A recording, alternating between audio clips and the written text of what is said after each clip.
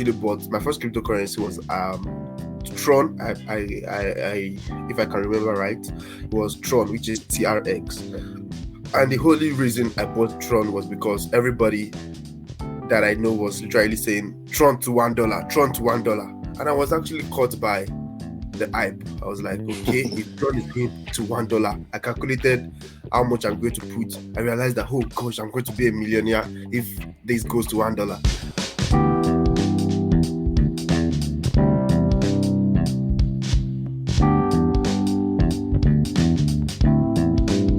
Hey guys, welcome back to Crypto Talk and Happy New Year. I'm so excited that we're here in good health, and I think this year is going to be an amazing one. We're going to dive right into a crucial topic for all the newcomers out there. Whether you're a first-timer or a seasoned investor, understanding the fundamentals before venturing into the cryptocurrency is the difference between success and failure. So in this episode, we're going to be highlighting 5 key factors that you need to consider before taking your first step into buying cryptocurrency.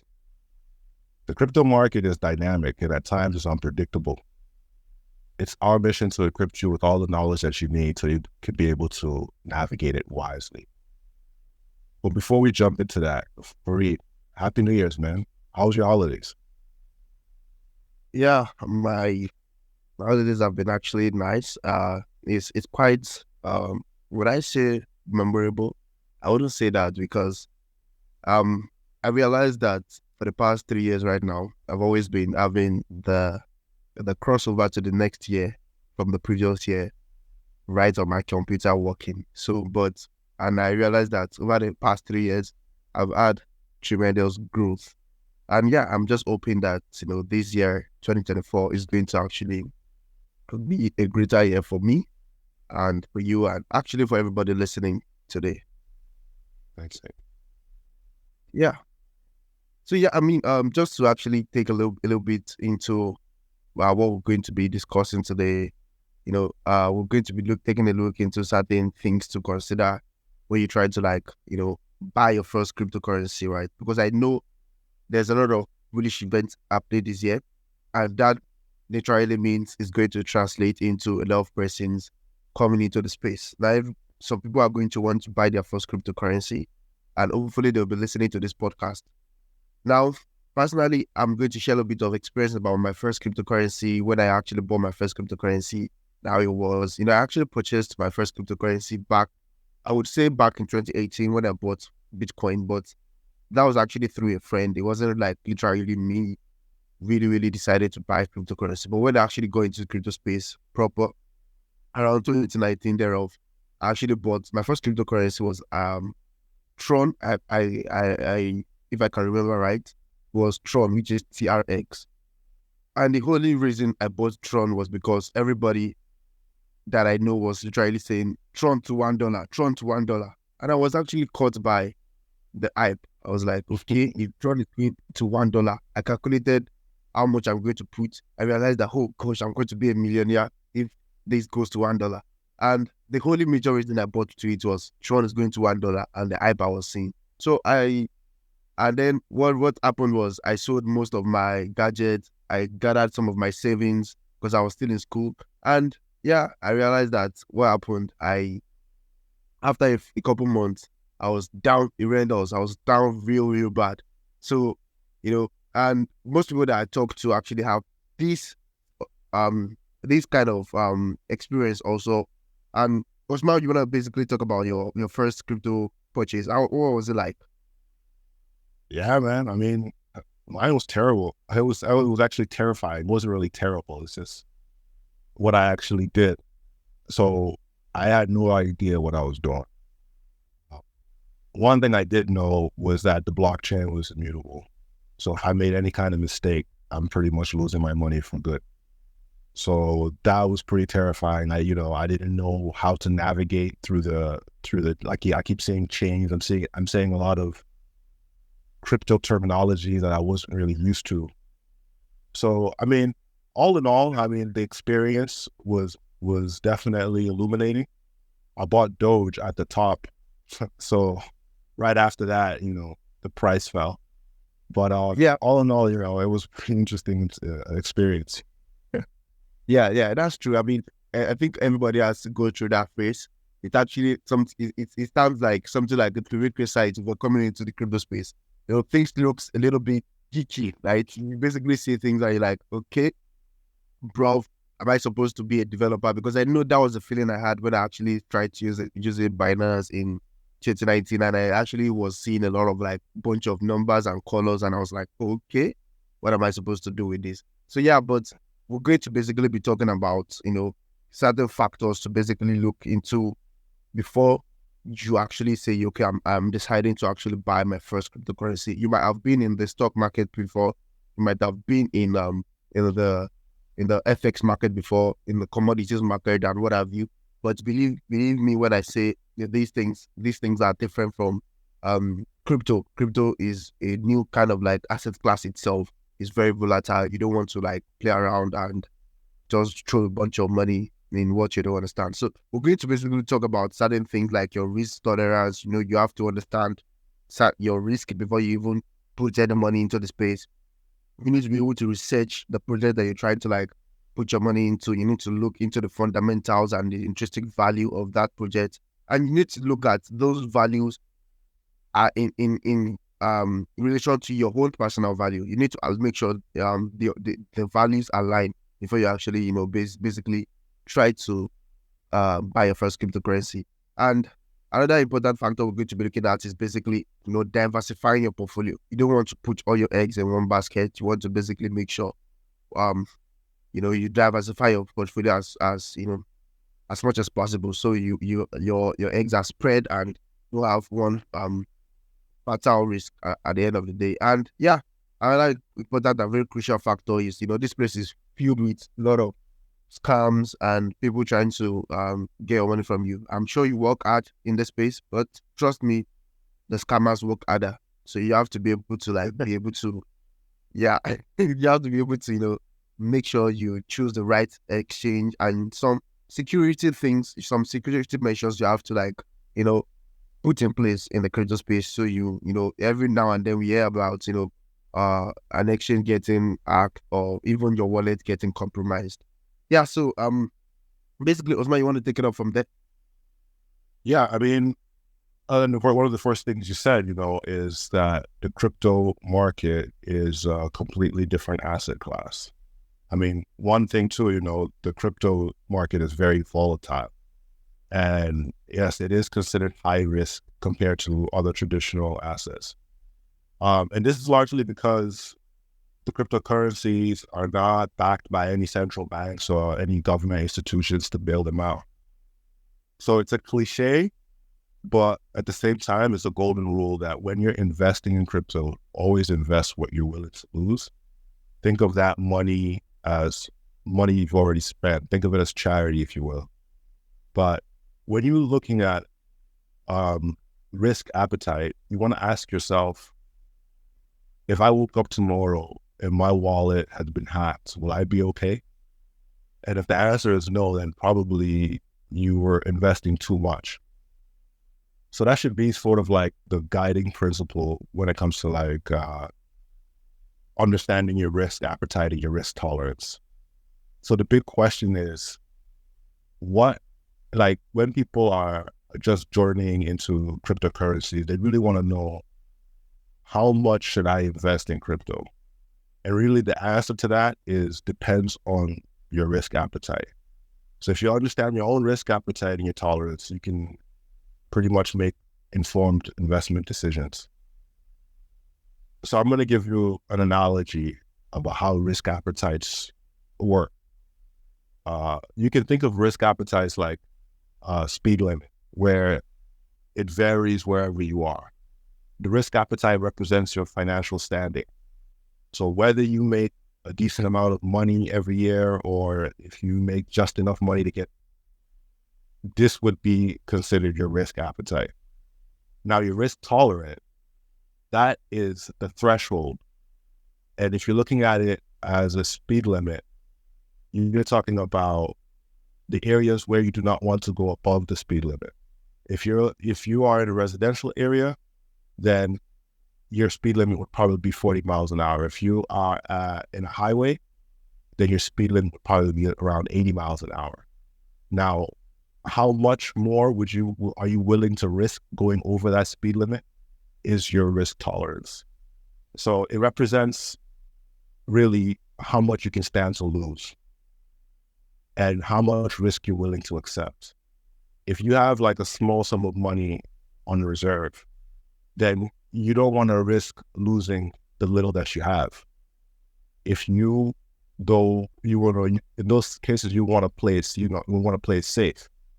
And people who fall under this category, they're more willing to invest little amounts of money for relatively small returns. And this is as opposed to somebody with higher risk tolerance. Someone who has large sums of money, they have other funds in reserve. So when that person, takes on risk, they're willing to risk more than the person who doesn't have that much risk appetite. So, and that being said, they take on more risk in return for a larger return. So overall, risk appetites, they vary. It all depends on how much you can afford to lose. But the great news is, when it comes to entering the crypto market, there's no real barrier of entry. So if you want to start with a portfolio with like $30 or $50, because it's something that you can't, that's what you can afford to lose, then that's perfectly fine. Crypto allows us to do stuff like this. As long as you know what you're doing, obviously. But if you want to start your portfolio with, a few $100s or a few $1,000 because that's what you can afford to lose, then that's also perfectly fine. The more the merrier. But when you're talking about understanding or determining your risk tolerance, there's, a few tips that I think that would help you guide you to that process. 3 in particular. 1 is that you want to align your risk tolerance with your financial goals. Short-term goals may require a more conservative approach, while long-term goals might require, might allow you to have a little bit higher risk tolerance. And this is typically because, projects take time to develop in the beginning, and it may not realize its potential value in the beginning. So sometimes you would mind, taking a bigger risk on the long-term goals. A second tip too, I think, would be to assess your knowledge and understanding of the crypto market, especially when it comes to that particular project or token that you want to invest in. And if you're a novice investor, you might want to consider a more cautious strategy. Always do your own research, never just go with one source. And I think that would be a very key thing I would say to do. Make sure you assess the market, learn what you can about the project that you want to put money in.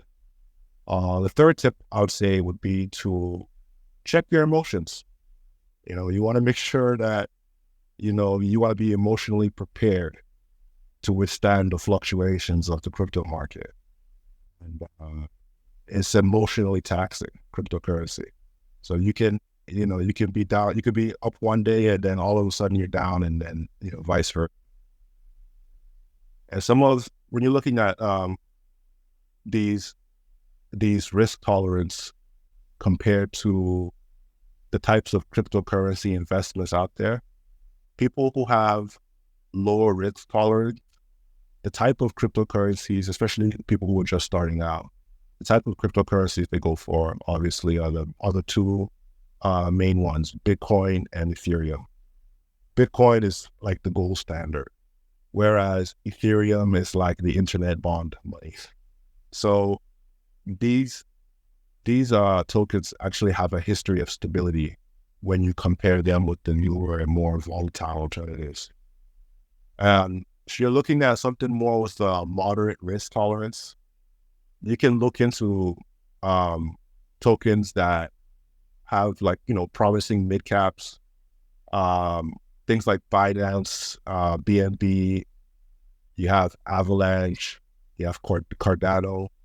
These have been there for quite some time. The price do fluctuate a little bit, but there for people, these are long-term projects, and people who invest in these projects actually care about the value that they're going to bring out for most of these ecosystems.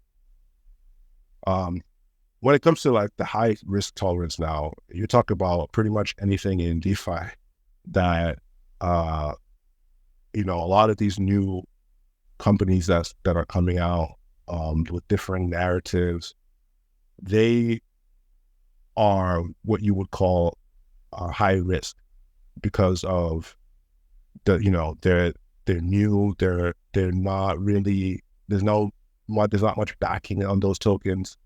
So a lot of these they're considered altcoins, and when you're thinking about that, it's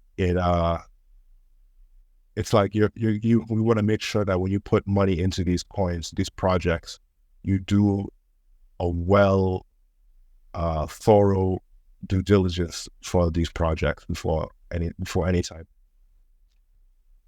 And that, that would really, when you're looking into those tips, you'll be able to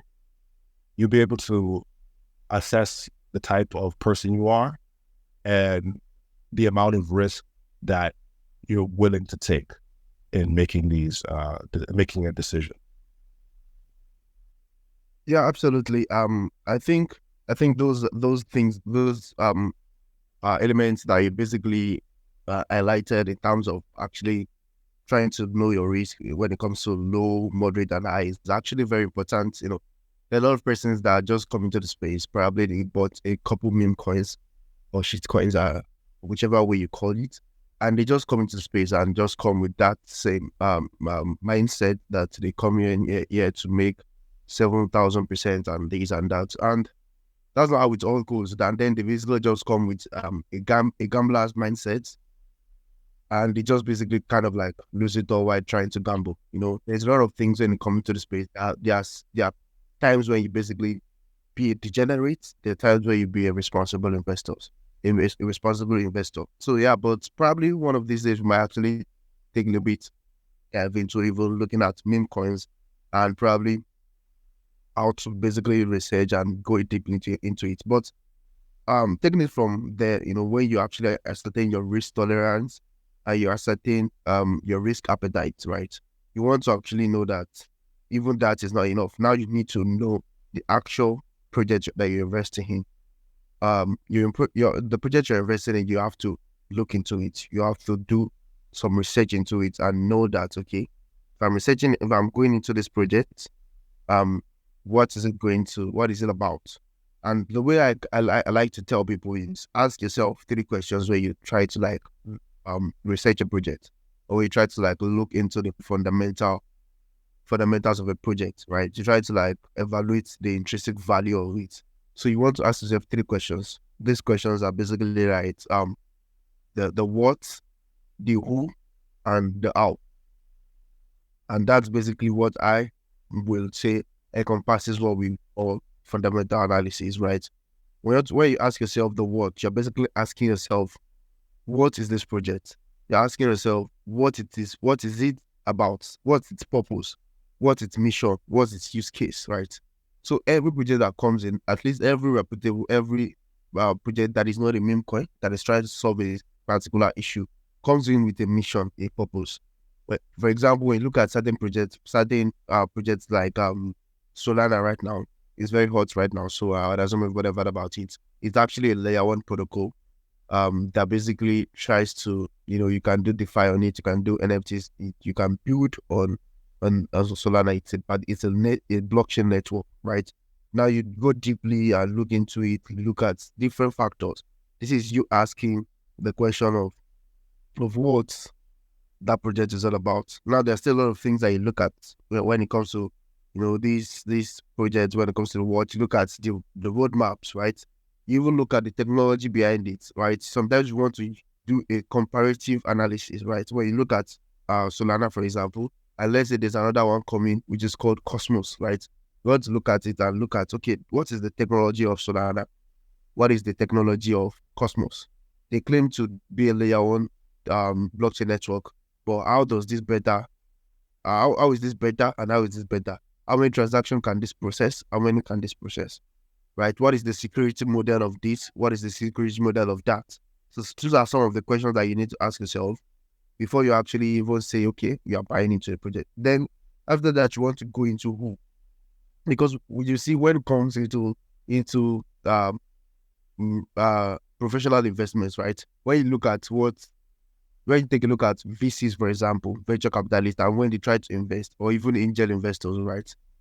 What they care less about the idea of the project and more about probably how you are doing it and who is doing it. They care by betting on the founder than betting on the idea. Because anybody can have the idea. What brings the idea to life is who is actually doing it. So you want to take a look at who is the founder, who are the founders, who are the team members, who are the driving minds of this project, what are their experiences, what is their background, have they worked with real big tech companies before, have they done this, have they done that. For example, when you look at the story of I think Sui, which is like another layer one, and is this Sui? Yeah, I think it's Sui, and what's this other token? Yeah, it's slipping my mind. But when you look at this, they are basically like Facebook founder, Facebook workers who were trying to like build so the stable coin on Meta before the whole thing came on board, and they tried to like build their own blockchain and everything. So you want to look at their background. What have they done in the space or in the Web2 ecosystem and things like that. Now this is what you're going to look to identify how they can actually perform. You know, you look at their track records and decide, okay, these people can probably perform well. So another thing you want to take a look is, you know, the how. Just like I've talked about, you want to know how are these people going to accomplish these issues, right? So are they going to just, are they going to just, do they have a solid roadmap? Do they have like planned technology model that they are doing? Are they just going to just basically, when they are trying to, you can't just decide that you're driving an airplane and then you don't know how to drive an airplane, and probably when you are just know how to start it, probably you know how to take off. And then when you're in the middle of the air, you're now looking of how you're going to, do this or do that.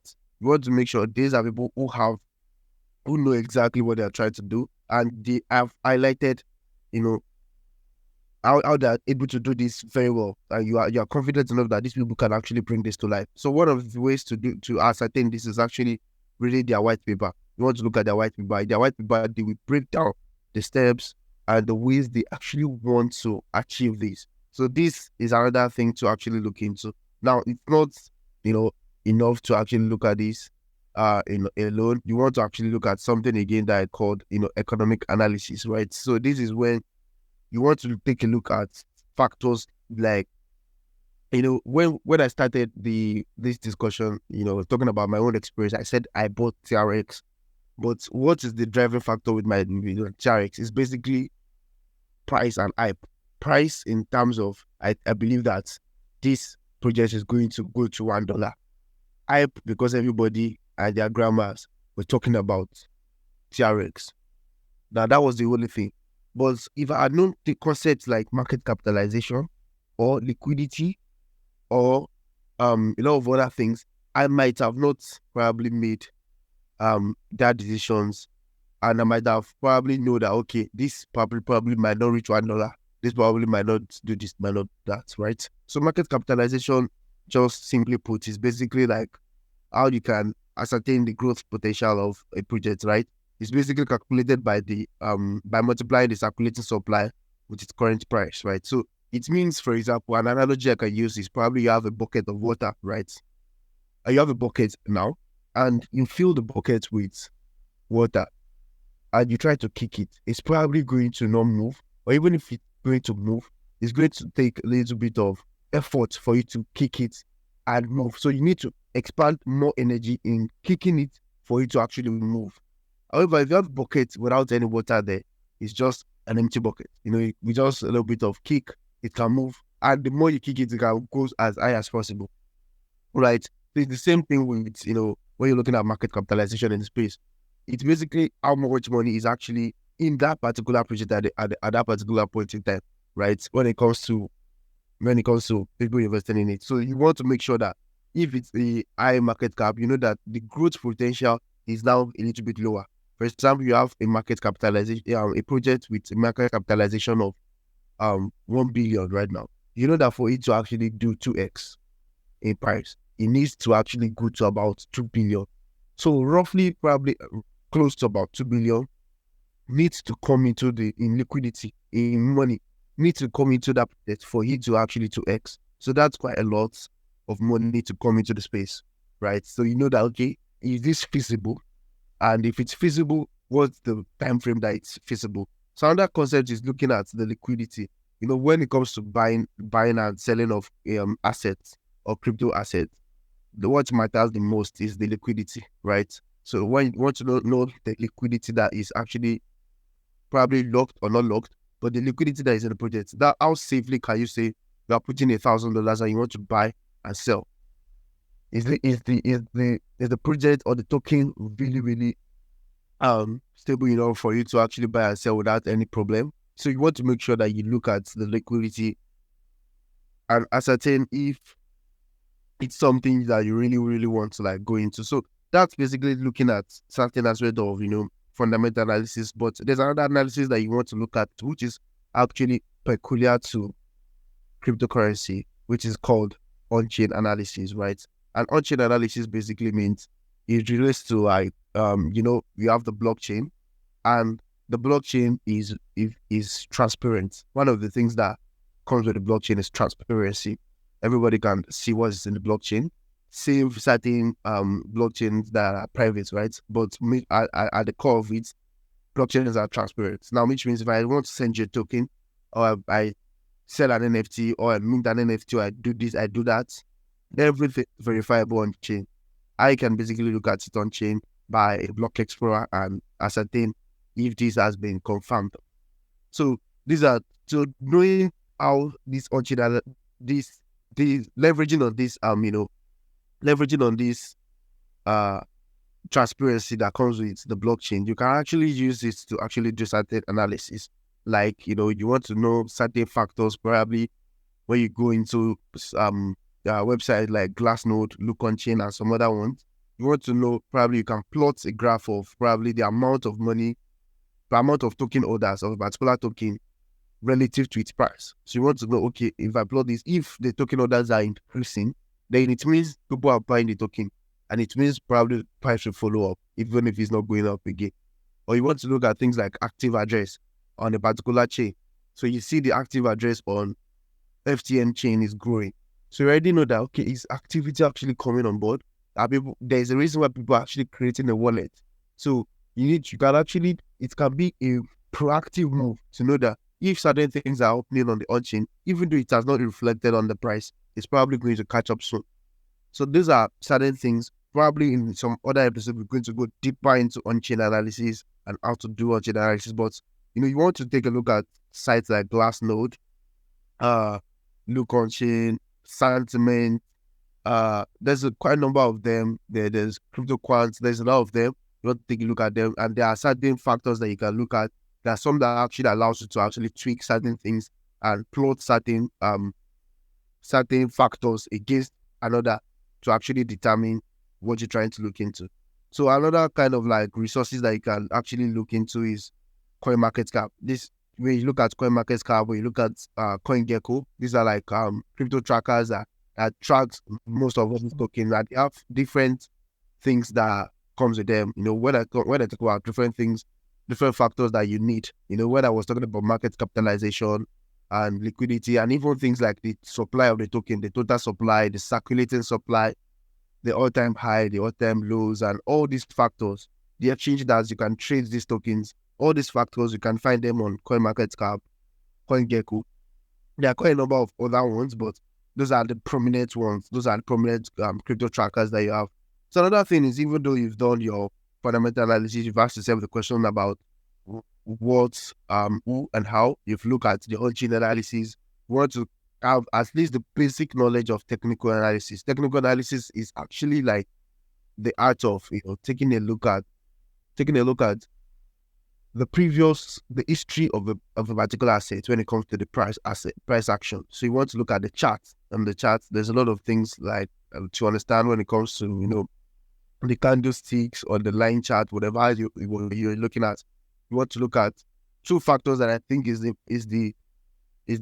most important things when it comes to technical analysis, which is the support and resistance. The support basically means probably where price reaches and probably is unable to break lower because of buying pressure that is there. And the resistance is also where price reaches at a point and is unable to probably break higher because of the selling pressure that is there. So those are the major two factors when it comes to technical analysis. But technical analysis is way more than that.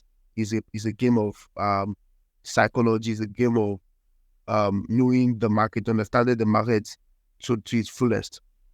These are probably what we're going to get into at some point in the Crypto Talk podcast. We're going to probably take a little bit of a deep dive into technical analysis, on-chain analysis, and all. So basically, overall, you want to just make sure these things are looked into. You want to look at the project legitimacy. Another thing is crypto actually thrives on hype. When I was saying it that I look at the hype, I wasn't wrong about it. I was just wrong by not looking at it vis-a-vis other factors, because crypto actually always tries on hype. If a token doesn't have the hype and the community, it's probably not going to really grow. For example, you take a look at Cardano. Cardano has actually is a blockchain layer 1 project that has been in existence for a long time, but around 2021 was actually when they started even, probably you can actually deploy smart contracts, even though they've been in the space since like 2017. And it was like 2021 before you can deploy smart contract. But the price has been stable. The price has been probably going up and stable because they have like this big community that believes in the founder. And the same thing with XRP. If you hear about XRP Army, so you can't actually go on Twitter and start shitting on XRP Army. They're going to probably come for your head because they have like community. Yeah, exactly. That's one thing with the XRP. You don't want to mess with the XRP folks. They will come for your head. So this is just like this is the friendly advice. Don't go for the XRP Army. So these things are things you want to look into. Things like token vesting. Also, you want to make sure you are not investing in a token that already has a lot of like diluted supply. When it comes to diluted supply, like a lot of persons are already holding the tokens and they are ready to dump the token on your head. And you want to make sure probably this token is vested and it's not someone that, okay, you buy this token right now and some VCs that have bought it at way lower before you, or some angel investors or some influencers or even the team members just start dumping the token on it. And then what you realize is you're holding a bag holder and you become a bag holder in some random Telegram group shouting, go this crypto, right? So you want to make sure you look first thing. You don't want to make sure you don't want to be a bad gooder. I trust me, it's not a nice thing at all. I've been there, done that. So another thing is you want to make sure you look at the tokenomics. Tokenomics is actually how the token has been created, right? The supply, what's the marketing team, the marketing funds get, how much is vested, how much is the total supply, how much is in circulation. A lot of these factors are things that you need to actually look at. So in all, you want to make sure you look at the tokenomics, you want to look at even the users. And also, least I forget, one factors that I personally like to look into is the developer activity. But especially when it comes to layer ones, you are looking at AVAX, you're looking at FTM, you're looking at Solana, you're looking at Ethereum, and all these ones. Even at this point in time, Bitcoin, when it comes to ordinals and all these kind of things, you want to make sure you're looking at, for example, the developer activity on the chain, because it is how much people are building that we make sure that there's even something to use, and then we translate into upward price trajectory. So if there's no developer activity, there's probably nothing to use on that chain, and there's probably nothing to trade. So for example, you look at AVAX, and you're seeing a lot of projects building this, building that, and then you look at some new uh or blockchain, and there's actually nothing going on, right? It's something that you already just know that, okay, nah, it's something that I'm not in for this. So like I said, we're going to probably go into deep into certain some of this analysis deeply. You don't want to be, you don't want to find yourself doing certain things that you might want to regret when you don't actually do your own research. It's one thing that everybody says in this space. Make sure you do your own research. So, talking about that, it actually relates to, even though you've done your own research, that's where you realize that there are certain values that come with this crypto that doesn't even align with you, right? So, Osman, you want to basically take us through that aspect? Yeah. So, and you're right, it's not just about investing and seeing where you can get your gains. It's really aligning yourself with the values that these projects, display. You know, when you're considering values in investment, it allows you to give real support to these technologies and these projects, and it allows you to share their vision and their goals, which may resonate with your own principles. The thing about the value, though, when you talk about crypto, blockchain as a whole, it's as simple as this. The main theory behind cryptocurrency value is if enough people agrees that it's valuable, then it becomes valuable. And this goes into that example of Cardano that you were talking about. A lot of people who really, really believed in the project, and they believed that Cardano was there or is there to, to bring change in value into the way we interact with each other. But that being said,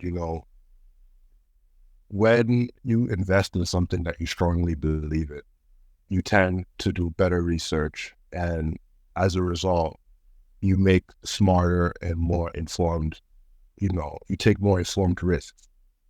So I'm just going to go over a few areas of where you can find value in crypto. One area that, a lot of people do look into is sustainability. You have investors that value eco-friendly projects. They care about, cryptocurrencies that use energy efficient mechanisms, or if they actively contribute to any other type of environmental causes. Those types of projects will gain favor among the people who are there for sustainability. They want to do something that would help the environment. Another area that you see a lot of value in the crypto space is decentralization. In fact, I think, since the whole cryptocurrency started, it started with the desire for decentralization, a decentralized network where individuals have access to value directly, and they don't need any middleman or any. So if this is something that you as an investor value, then you're in the right place. Pretty much all of DeFi has, that aspect of decentralization at varying levels within its core. Another area that you can look into is also the social impact. If some investors, they look for projects with positive social impact,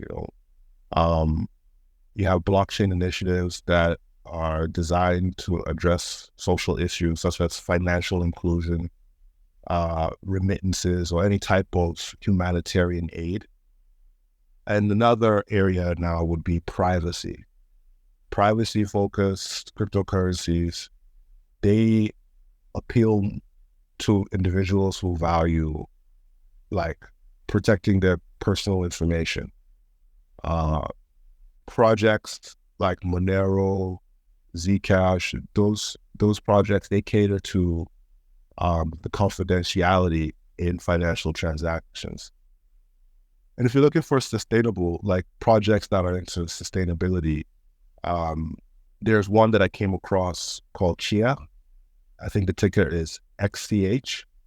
And what that project does is they utilize a proof of space and time consensus mechanism, which consumes less energy, and it's better. It's also better than the traditional proof of work uh, um, consensus.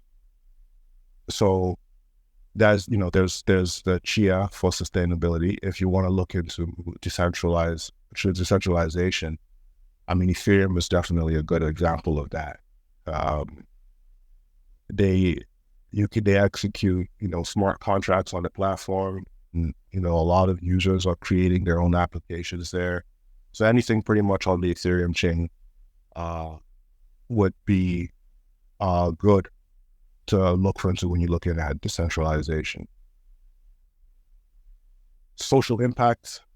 There's a project called Stellar, and they focus on facilitating like low cost cross-border payments, promoting financial inclusion, and they support projects and social impacts through their network.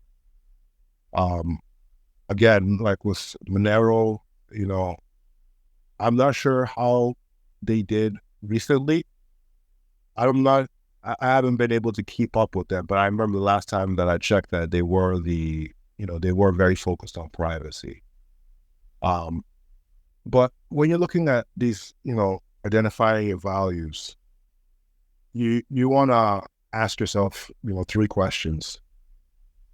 Is there any type of environmental impact in the projects that I'm trying to invest in? How important is financial inclusivity is to me? Like, how much control I can have within that project and the ecosystem, and do you do you prioritize projects with transparent governance, or if that's something that's not really too much interest to you, you can identify that. But the key is really to make sure that the project resonates with you. And once you identify that, you can proceed to research different projects, look at their competitors, look at the fundamentals behind it, like the ones we talked about. All you got to do is remember that, the crypto space is diverse and there's a lot of options out there for individuals who have different values. But I mean, that's pretty much how you would look into it when you're trying to analyze value and ascribe it to any type of cryptocurrency project. Yeah, absolutely. I think that's actually uh very you actually nailed it on the head talking about certain values. One thing that I like to make reference to is one thing that Warren Buffett actually used to say, or which he actually believes in, is he doesn't actually buy into anything that he doesn't use, right? Or he doesn't understand, right? So that is kind of saying he only does something that aligns with his value. If you look at it today, he hasn't bought into Bitcoin, right? Or cryptocurrencies. It's majorly because he believes he doesn't align with his value. He believes he doesn't understand it. I mean, man is like about 100 years or closing, so you can't really blame him. So but going from there, you basically, another factor I would like to basically shed light on is when it comes to buying cryptocurrencies, trying as much as possible to spread your eggs, right? So you don't want to make sure you're putting all your eggs in one basket, right? If you're putting all your eggs in one basket, just a particular piece of news, just one thing, everything can go to zero. So it's very, very important to make sure you try to like diversify your portfolio. Where you already do your analysis, that you find some of these assets, some of these crypto assets, some of these cryptocurrencies that matches your value, and you've done your fundamental analysis and you decide that you're going to buy into this, don't just say, okay, I have $100,000 I want to invest with, or I have $1,000 and I'm just going to basically put all my $1,000 on Solana because Solana has been going up, or because I believe Solana is the future of finance, right? So you don't want to make sure you're putting all your eggs in one basket. You want to diversify. You want to look at different things and different sectors, right? You want to look at, okay, when it comes to cryptocurrency, there's things like gaming, there's sector like gaming, there is social fi, there is layer ones, there are layer twos, there are AIs, there are ordinals, there are these, there are that. You want to make sure you are diversified enough. So let's say, for example, there is a particular problem that comes with layer ones.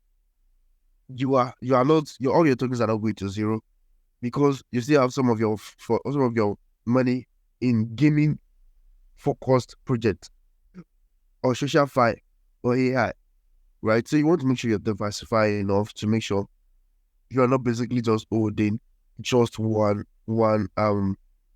asset, right? A good way to actually build a portfolio and try to be diversified is depending on your risk tolerance. So these are things that you need to consider first. You don't just go ahead and just listen to someone on the internet, on YouTube, because the person says put 50% in Bitcoin, put 20% in Ethereum, put 25% in Solana. Nah, a portfolio should be peculiar to you. It should actually resonate to you, not a general rule of thumb. It has to be peculiar to you. So, for example, let's say, for example, I'm someone that I have $300 to invest, and the other person that probably has, $100,000 to invest. Now, I have $300. Depending on my risk tolerance, probably I'm able to take more risk. And I know that my $300, I want to make this amount of money. And my $300 cannot give me, at least life-changing money, or some a reasonable amount of money. Because if I put my $200 in Bitcoin, for example, right now, it's probably going to go to 3x, or for example, at the peak of a bull market. And what do I have? I have like $900. I mean, that's not really a lot to write home about. But that way, you want to be diversified. Probably you put some amount of that in Bitcoin, some in Ethereum, just for the security of it, because they've stood the test of time. Then you probably want to go a little bit, riskier, depending on your risk, and say, okay, I'm probably going to put some on blue chips. I'm going to put some even on low caps. Probably they are going to do 10x, depending on your analysis. 10x, 100x, even 1,000x in the bull market, very, very possible.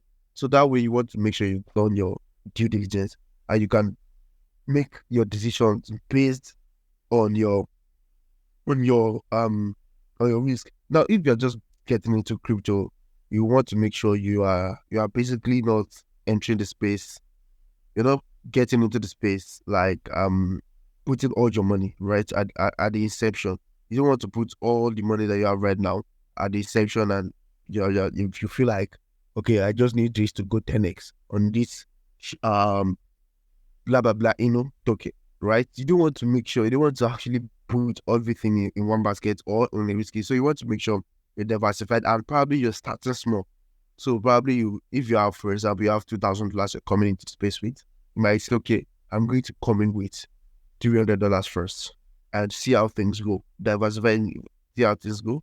Then, okay, I'm not okay. This is doing very well. I'm going to dollar cost average. Dollar cost average basically means you're virtually buying a set amount of token, a set of amount of an asset at a particular time, regardless of the price. So that way, you can actually have different portfolio and say, okay, when I get my next paycheck, 10% is going to Bitcoin, 10% is going to this, 5% is going to this, 2% is going to this. That way you are dollar cost averaging. And at the end of the day, in a bull market, when you dollar cost average, it doesn't really matter if you bought in at $1 or you bought in at $10. If the thing eventually goes to $100, you'll be in profit. And you'll be offsetting the risk that way when you're trying to like dollar cost average. So you want to make sure your portfolio is basically really diversified.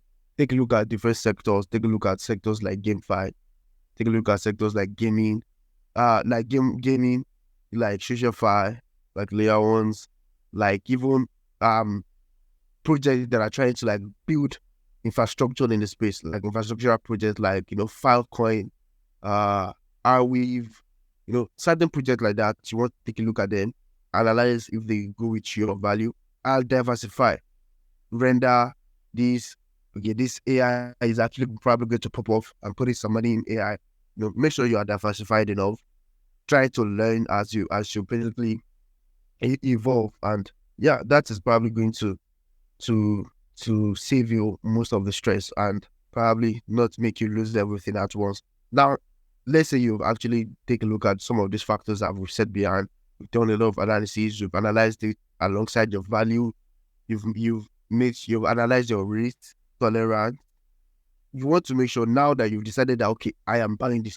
I have realized that Solana is the future of finance. I like to say that joke because it's a popular joke saying that Solana is the future of finance. So you realize that this project is the future of finance, or is a project that you're very, very, interested in, and you want to buy it. Now that you've worked hard enough to actually buy it, there's now another type of thing you need to consider, because now that you've worked hard enough, you want to make sure that you worked hard else to actually take your token, or you worked hard enough to come and lose it to an exploit.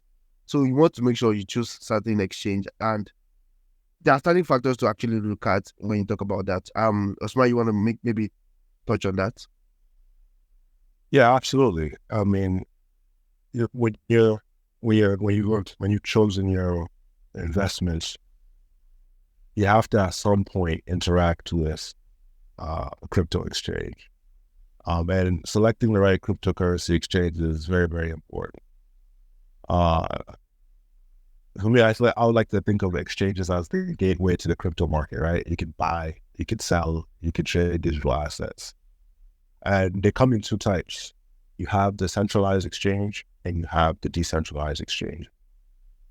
The centralized exchanges typically have large amounts of liquidity and very low trading fees. And FYI, about 98, 99% of crypto traders use centralized exchanges. But one important thing, though, to know about centralized exchanges is that when you put your funds in it, you don't have control over your funds. You don't have full control over them.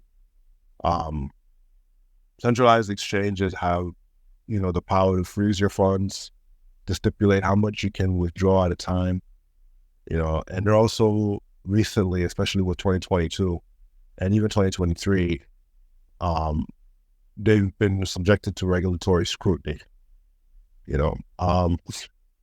If you have interest, though, in having full control over your assets while you trade, you can opt out for a DEX platform or decentralized exchange platform. And what this does is it allows you to pretty much connect your wallet and trade directly with the exchange.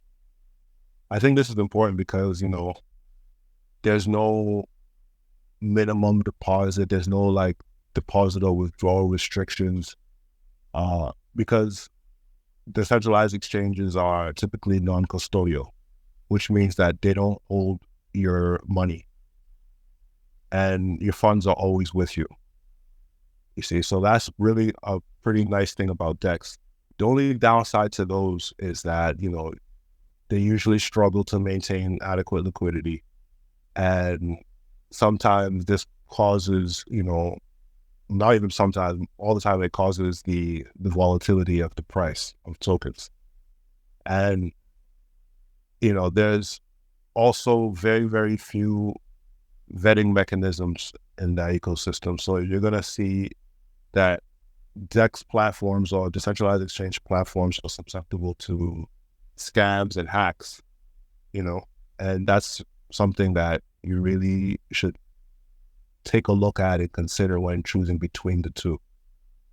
But some of the when you're actually looking at it, there's other things that you can consider as well, like some certain factors, and one of these are security features. you want to make sure that you're going to join an exchange that actually have good security protocol, whether it's encryption, cold storage access, regular security audits. These types of things you want to make sure that you look into when you're picking a cryptocurrency exchange. And industry standard security, that usually gives a lot of confidence to users. Another factor that you want to look into though is trading fees. You want to consider the fee structure of that exchange that you're picking. Low trading fees, really the whole point of trading is to make profit. And if you're dealing with high trading fees, it's going to eat into your. So the whole idea is to look for, crypto exchanges that have competitive trading fees. You have some exchanges that offer discounts for new or high volume or long-term users. So that's something you really want to look into. Another thing is how many currencies that specific cryptocurrency exchange support.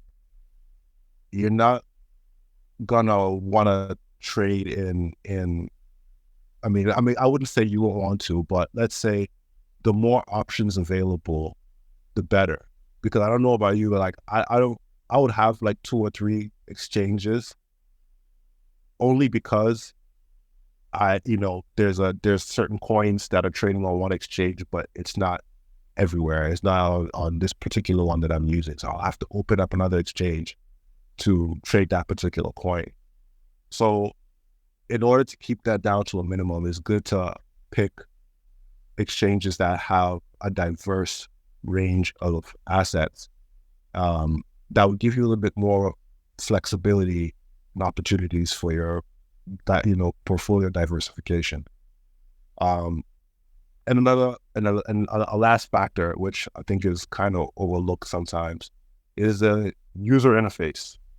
You want something that is easy to use, especially when you're breaking into, especially if you're like a new user, somebody who's new into the space.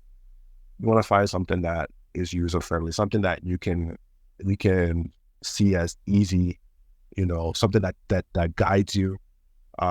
My first exchange was Binance, and one thing that I did like about it was that anytime I wanted to do something, even though there was a lot of numbers and writings on the screen, it sort of guided me into things that I wanted to do or things that I might have interest in. And I think that's a really big thing for an exchange. You want to look at exchanges that have interfaces and tools that can help you get analysis and perform your trade with the best possible knowledge available. So once you looked into these factors and able to find the right exchange, you'll want to look at ways to store your crypto. And usually it's broken down into 3 types of wallets. You have your hardware wallets like Ledger or Treasure, and that one a lot of people use those wallets to store their crypto assets for the long term. It's a physical device. You can store it, and it's also offline, and that way you're able to protect yourself from online threats. Once the keys are offline, they're safe, as long as you don't lose them. But the second option, most people use are software wallets, and these are like wallets that you can download on your app, on your mobile device, whether it's App Store or Google Play, or even on your desktop. And that really, it's convenient that way. You're able to make everyday transactions. Some example, I know 2 major ones. You're talking about MetaMask, you're talking about Trust. You have other ones like Zerion, Jupiter, phantom for different chains, depending on uh, the chain that you're on and the type of wallet that works best for it. And there's the third one, which would be the exchange custody. I don't know about people post FTX, post Celsius and projects like that. But before, a lot of people kept their wealth on chain. But I'm not sure how things are right now. But it's risky, as we've seen before. Something might happen. They might come up with some type of law or policy saying that due to whatever market condition, they're stopping withdrawals at that time. And that's a bad place. You don't want to be in that place. So I mean, even though this is a place that you can store your crypto, I strongly advise against it. I wouldn't store a bulk of my money in an exchange for no reason. So those are, some of the things when you're talking about crypto storage. Another issue that I wouldn't say issue, but another thing of importance that you wanted to take a look at is the strength of your password and the two-factor authentication. You really want to make sure those areas you take care in securing these things, because with crypto is different than traditional finance. In traditional finance, you lose your credit card, you can call the credit card company, they'll cancel your credit card, and they'll get you a new credit card, and your limit, everything is okay. But if somebody gets access to your crypto wallet and your private keys for that matter, then whatever assets there belongs to them. So you have to be very, very careful about stuff like that. So you want to make sure you have strong passwords. You want to make sure that if you're using centralized exchanges or decentralized exchanges that offer two-factor authentication, make sure you're using those. It's that extra step that you'll take, and it would make sure that you secure your funds. So all in all, I think after you've conducted these thorough research and finding the types of exchange that you want to use, the type of storage you want to go with, sometimes you can combine hardware and software. Most people do that. And also looking at maintaining security by keeping your wallets safe and secure. And I think you'll be ready to get into the crypto landscape and navigate it properly. So, Fareed, is there anything else you wanted to add on that? Yeah, absolutely. I think you pretty much covered everything when it comes to, choosing the right exchange and actually protecting yourself when it comes to cryptocurrency. You actually made it clear that, when you try to choose the right exchange, there are centralized exchange, there are decentralized exchange, and they both come with their advantages and disadvantages. Even though centralized exchange, you may not have full access to your tokens, or you may not hold the keys to your tokens. It comes with a proper, probably a more usable interface, more friendly interface, or probably it also comes with, some security measures like two-factor authentications and what have you. And, with the centralized exchange too, you have the access to your tokens, you hold your keys and everything, but, you also need to know that with that comes the responsibility of your security.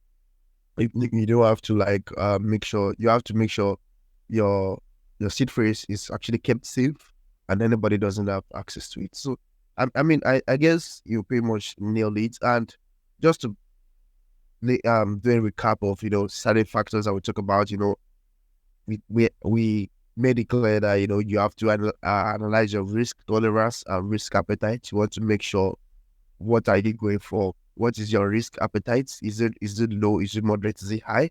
relative to what you're getting into. You want to do some projects fundamentals. Look deeply into the project.